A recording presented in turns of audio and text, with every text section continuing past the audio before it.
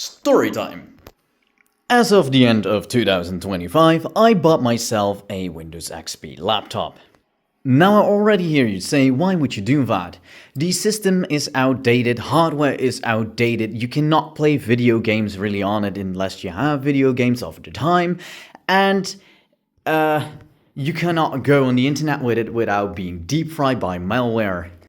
So why buy it anyways? For those of you who don't know me personally, I am a sucker for old hardware.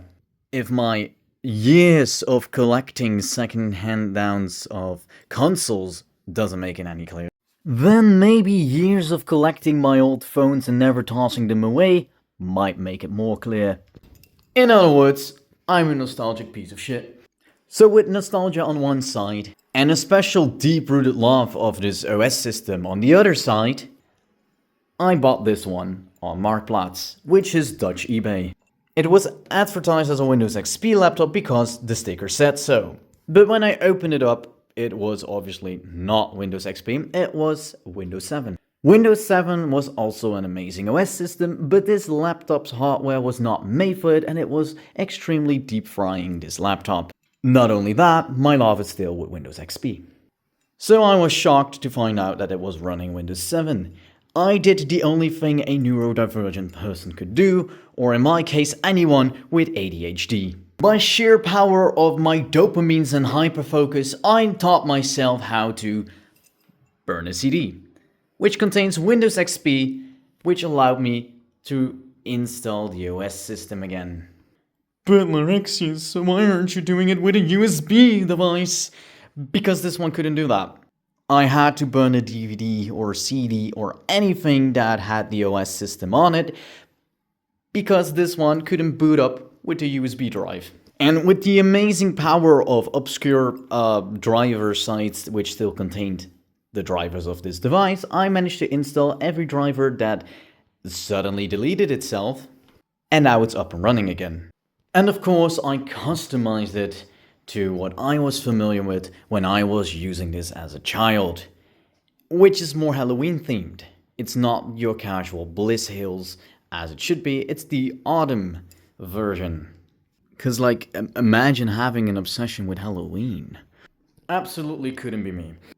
So while the laptop is now up and running with the right OS system, it still had some issues. The main issue with this device is its battery. It cannot live without the adapter. It constantly needs to be charged in order to function. So the battery is basically non-functional. Not only that, it kept overheating very quickly, so something on the inside clearly wasn't right. Now I'm not really an IT guy as in knowing what to do with the hardware, so I went to a old hardware computer museum and asked if they did repairs, because their site advertised that they did. To my luck, they did repairs for old laptops as well and old devices, and I was thrilled that they were willing to also replace the battery and clean out the system, as well as repair the whole cooling system that kept it, of course, functional. So I packed up this bad boy, traveled 1.5 hours by train, because I still don't have a license, nor do I really have a car, but it was gone for a week.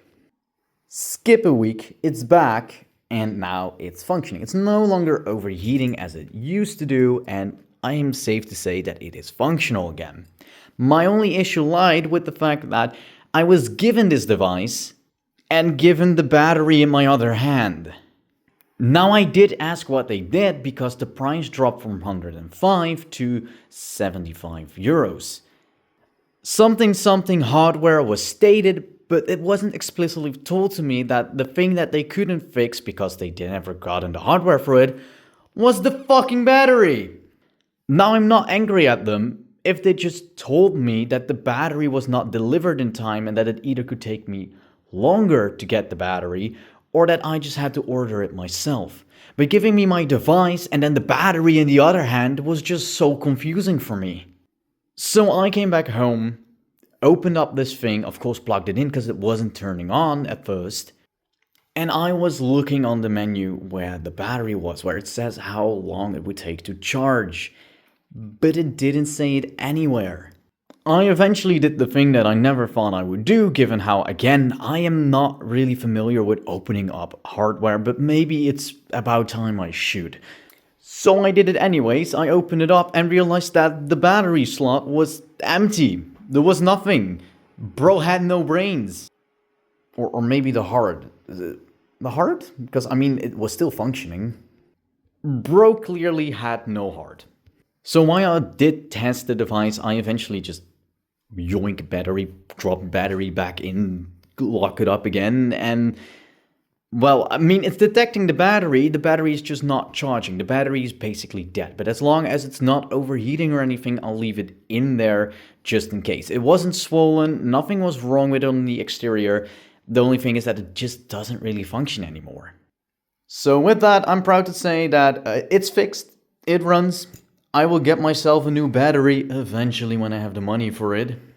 And then, of course, I'm gonna use this bad boy to do something. And that something has to do with this device here. For all of you pogger children out there, this is a phone, believe it or not. And you can open it up like that, and it has a camera function. Now, I have made videos with this phone before, and it is on my TikTok and on my YouTube. Of course, it's not the best quality, but you know, it has neat little functions, and it brings back a nice nostalgia of what I used to grow up with. Not only that, believe it or not, this thing has Bluetooth. So I can record videos with this and then Bluetooth them to my new device, which then will transfer them to my newer laptop, which I can put on a USB drive. And with the median on its stick like this, I can plug it in that, and then can use the absolute GOAT that is Windows Movie Maker on the Windows XP. Why I prefer it more on this device is that this is the entirety of Windows XP. On my newer device, some functions are not functioning. So it's safe to say that at some point there will be videos popping up that are not only recorded by a shitty device, but also edited by a lesser device than we're now familiar with. And I can still draw on it with mouse. Take that, artists. And that concludes the story. It's basically me ADHD rambling about a fascination of old media hardware and how I like to bring it back. So thank you for watching these minutes. And remember to play solitaire.